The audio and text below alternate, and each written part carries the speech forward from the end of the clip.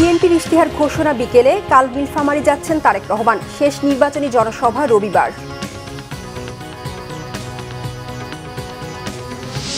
জামায়াত ক্ষমতায় গেলে দুর্নীতির ঘাট ধরে টান দেয়া হবে, চাঁদাবাজি করতে দেয়া হবে না বললেন ডাক্তার শফিকুর রহমান। চট্টগ্রাম বন্দরের আন্দোলনকারী 15 কর্মচারীর দেশ ত্যাগে নিষেধাজ্ঞা, সব পদের বিষয়ে তদন্ত করতে দুদককে কর্তৃপক্ষের চিঠি।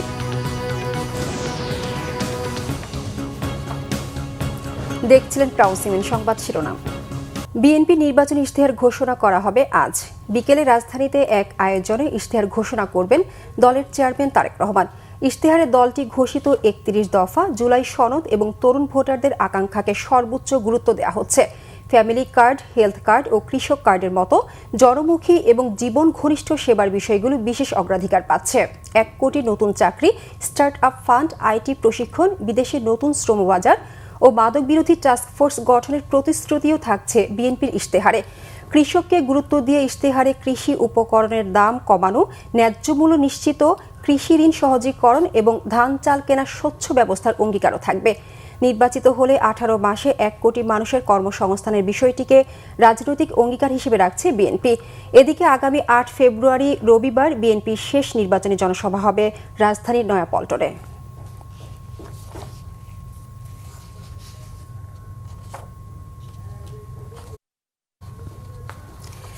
নির্বাচনী প্রচারণার অংশ হিসেবে আগামীকাল নীলফামারী যাচ্ছেন বিএনপি চেয়ারম্যান তারেক রহমান। তার এই সফরকে কেন্দ্র করে উচ্ছ্বসিত নেতাকর্মী সমর্থকরা। জেলা শহরের পৌর মাঠে প্রস্তুত করা হচ্ছে জনসভার মঞ্চ। জনসভায় নেতাকর্মী সমর্থকদের ব্যাপক উপস্থিতি ও নিরাপত্তা শৃঙ্খলা নিশ্চিতে কাজ করছেন দলীয় স্বেচ্ছাসেবকরা। নীলফামারী থেকে নূর আলম সিদ্দিকের পাঠানো তথ্যচিত্রে দেখুন ডেস্ক রিপোর্ট। ত্রয়োদশ জাতীয় সংসদ নির্বাচন সামনে রেখে নির্বাচনী প্রচারণায় অংশ নিতে নীলফামারী যাচ্ছেন বিএনপি চেয়ারম্যান তারেক রহমান। নীলফামারী 2 আসনে ধানের শীষের প্রার্থী শাহরিন ইসলাম চৌধুরী তুহিনের নির্বাচনী সমাবেশে যোগ দেবেন তিনি।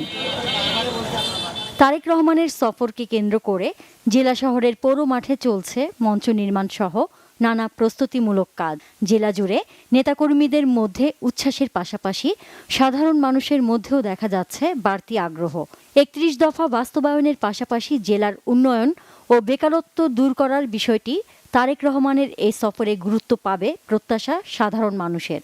নীলফামারীতে আসতেছেন, ওনার কাছে আমাদের একটাই দাবি, নীলফামারীতে একটু সার্বিক উন্নয়ন করে দেওয়া, দেশের জন্য উন্নয়নের ভালো সর্ব জায়গায় কাজ করতে পারে। যেহেতু আমরা অনেকদিন থেকে 17 বছর ভোট দিতে পারি নাই, এবার চাই আমরা সুষ্ঠু নির্বাচন হোক, আমরা সুষ্ঠুভাবে শান্তিভাবে ভোট দিতে পারি। নির্বাচিত হলে আমাদের একটাই আশা থাকবে, যাতে এগুলো বাস্তবায়ন করে দেখায়।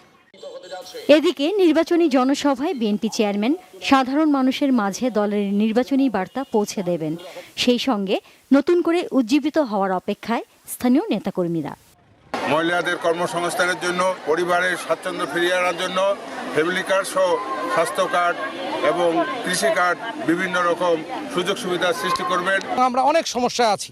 আমরা জনাব তারেক রহমানের এই সফরকে ঘিরে, নির্বাচনী সফরকে ঘিরে আমরা আমাদের নিবেদন থাকবে তার কাছে যে এই অঞ্চলের মানুষ হিসেবে যাতে এখানে শিক্ষিত তরুণীদের জন্য, উনি বেকারদের জন্য কর্মসংস্থানের ব্যবস্থা করেন। তারেক রহমানের এই সফর আশার বার্তা বয়ে আনবে, প্রত্যাশা জেলাবাসীর। Bangla Vision news desk. Jamaat আমির ডাক্তার শফিকুর রহমান বলেছেন, দুর্নীতিকে জাতীয়করণ করেছিল আওয়ামী লীগ। জামায়াত ক্ষমতায় গেলে কোনো দুর্নীতি ও চাঁদাবাজি করতে দেয়া হবে না বলে জানান তিনি। বরিশালে 11 দলীয় ঐক্যজোটের নির্বাচনী সমাবেশে তিনি এসব কথা বলেন। সেখান থেকেই দক্ষিণাঞ্চলের 4 জেলায় জোটের নির্বাচনী প্রচারণা শুরু হলো। বরিশাল 4 আসন হিজলা মেহেন্দিগঞ্জের পাতারহাটের আরসি কলেজের সভায় জামায়াত আমির আরও বলেন, দেশের সবচেয়ে বড় মুসলিম দল জামায়াত ইসলামী। বলেন, তারা ক্ষমতায় গেলে দুর্নীতির ঘাট ধরে টান দেয়া হবে। এদিকে সকাল থেকেই দলে দলে সভাস্থলে জড়ো হন নেতাকর্মীরা। আওয়ামী শাসকরা বলে জামায়াতের 11 নেতাকে প্রহসনের বিচারে হত্যা করা হয়েছিল বলে অভিযোগ করেন ডাক্তার শফিকুর রহমান।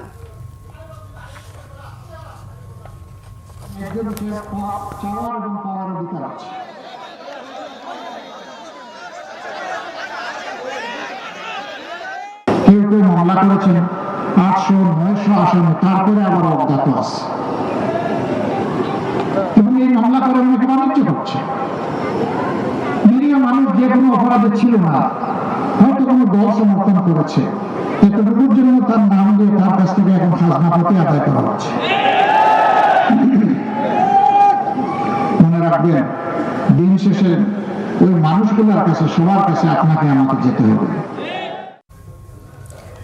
নবম পে স্কেল বাস্তবায়নের দাবিতে প্রধান উপদেষ্টার বাসভবন যমুনা অভিমুখে ভুকা মিছিল কর্মসূচি পালন করছেন আন্দোলনরত সরকারি কর্মচারীরা।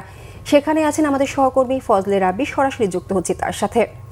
রাব্বি, সরকারি কর্মচারীদের কর্মসূচি সবশেষ পরিস্থিতি আমাদেরকে জানাবেন। ধন্যবাদ। আপনি জানেন যে নবম যে গ্যাজেট বাস্তবায়নের দাবিতে সকাল 10টার দিকে কিন্তু কেন্দ্রীয় শহীদ মিনারে অবস্থান পালন করে সরকারি কর্মচারীরা। ঠিক 11টার দিকে কিন্তু আসলে যমুনা অভিমুখে অর্থাৎ প্রধান উপদেষ্টা বাসভবনের সামনে কিন্তু আসলে তারা যাত্রা প্রদর্শন করেন এবং ঠিক এখন দেখতে পাচ্ছেন তাদের কিন্তু ছত্রভঙ্গ করে দিয়েছে। অর্থাৎ ঠিক একটু আগে কিন্তু আসলে পুলিশ, আইন শৃঙ্খলা বাহিনী, বিজিবি সহ আইন শৃঙ্খলা বাহিনীর যে সদস্য আছে তারা কিন্তু সাউন্ড গ্রেনেড নিক্ষেপ করেন এবং মুহূর্তে কিন্তু আসলে ছত্রভঙ্গ হয়ে যায় আন্দোলনকারী। এখন দেখতে পাচ্ছেন অনেকটাই জায়গাটা খালি এবং পুলিশের কিন্তু ব্যাপক প্রদর্শন দেখা যাচ্ছে। পাশাপাশি বিজিবি সদস্য কিন্তু আসলে মোতায়েন রয়েছে। আপনি দেখতে পাচ্ছেন এখানে কিন্তু আসলে হাজার হাজার সরকারি কর্মচারীরা জড়ো হয়েছে এবং ঠিক সকালেই কিন্তু আজকে সকাল থেকে কিন্তু তারা আসলে তাদের যে ঘোষণা কর্মসূচি, সেই কর্মসূচি অনুযায়ী কিন্তু শহীদ মিনারে তারা অবস্থান কর্মসূচি গ্রহণ করেন এবং তারপরে কিন্তু 11টার পর পরে তারা ডক্টর মোহাম্মদ ইউনূসের বাসভবন যমুনা অভিমুখে বিক্ষোভ করেন এবং আপনি জানেন যে জাতীয় বেতন কমিশনের প্রতিবাদের আলোকে গ্যাজেট প্রকাশের দাবিতে বিক্ষোভ করে আসছেন। সেই বিক্ষোভের ফলে কিন্তু তারা বলছে তাদের এই দাবি দেওয়া আজকের মধ্যে যদি মেনে নেওয়া না হয় তাহলে তারা আন্দোলন চালিয়ে যাবে। আন্দোলনকারীদের সাথে কিন্তু আসলে আমাদের কথা হয়, তারা জানান তাদের এই দাবি দেওয়া আসলে যৌক্তিক এবং তারা যদি এটা না মেনে নেয় তাহলে কিন্তু আসলে তারা লাগাতার কর্মসূচি পালন করবে। অনেকের হতাহত হয়েছে, অর্থাৎ অনেকের পা এবং শরীরের বিভিন্ন অংশ থেকে আসলে রক্ত দেখা বের হতে দেখা দিচ্ছে। তো দেখা এই ছিল মোটামুটি আমার রাব্বি, আপনাকে ধন্যবাদ। চট্টগ্রাম বন্দরে new mooring container terminal NCT বিদেশিদের কাছে ইজারা দেওয়ার সিদ্ধান্তের প্রতিবাদে মোংলা ও পায়রা বন্দরে আন্দোলনকারী সেই 15 কর্মচারীর দেশ ত্যাগে নিষেধাজ্ঞা দিয়েছে চট্টগ্রাম বন্দর কর্তৃপক্ষ। একই সঙ্গে তাদের স্থাবর অস্থাবর সম্পদ তদন্ত করে ব্যবস্থা নিতে নৌপরিবহন মন্ত্রণালয়ের সচিব বরাবর চিঠি দেওয়া হয়েছে। বন্দর সচিব সৈয়দ রেফায়েত হামিমের সই করা চিঠিতে এ অনুরোধ করা হয়। পাশাপাশি বিষয়টি তদন্তে দুর্নীতি দমন কমিশন, দুদক এবং জাতীয় নিরাপত্তা গোয়েন্দা NSI-কে চিঠিতে অনুরোধ করা হয়েছে। দেশ ত্যাগে নিষেধাজ্ঞা পাওয়া 15 জন হলেন চট্টগ্রাম বন্দর রক্ষা সংগ্রাম পরিষদের সমন্বয়ক ও জাতীয়তাবাদী বন্দর শ্রমিক দলের সমন্বয়ক মোহাম্মদ হুমায়ুন কবির, সমন্বয়ক ও শ্রমিক দল নেতা মোহাম্মদ ইব্রাহিম খোকন, মোহাম্মদ ফরিদুর রহমান, মোহাম্মদ শফি উদ্দিন, রাশিদুল ইসলাম, আবদুল্লাহ আল বামুন, মোহাম্মদ জহিরুল ইসলাম খন্দকার, মাসুদুজ্জামান, মোহাম্মদ হুমায়ুন কবির, মোহাম্মদ শাকিল রায়হান, মানিক মিঝি, মোহাম্মদ শামসু মিয়া, মোহাম্মদ লিয়াকত আলী, আমিনুর রসুল বুলবুল ও মোহাম্মদ রাব্বানি। এই ছিল এখনকার মতো। পরের সংবাদ দুপুর 2টায়। এর আগে একটা রয়েছে নিউজ টপ 10 দেখার আমন্ত্রণ রইল।